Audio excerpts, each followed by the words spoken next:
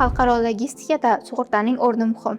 Bu videoda siz sug'urta nima uchun qilinadi, uning narxi qanday hisoblanadi va o'zi qanday mahsulotlarga sug'urta olish kerak degan savollarga javob olasiz.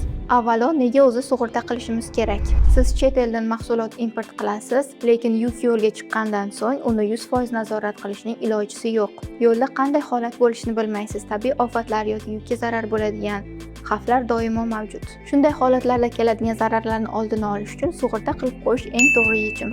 Mana shuning uchun tovar import qilayotganda sug'urtaning o'rni muhim. Keling, endi qanchaga sug'urta qildirish mumkinligini ko'rib chiqamiz. Ko'p hollarda sug'urta narxi tovar narxining 1/1000 qismiga to'g'ri keladi. Yana bir muhim savol: qanday tovarlarga yoki qanday holatlarda sug'urta olish kerak?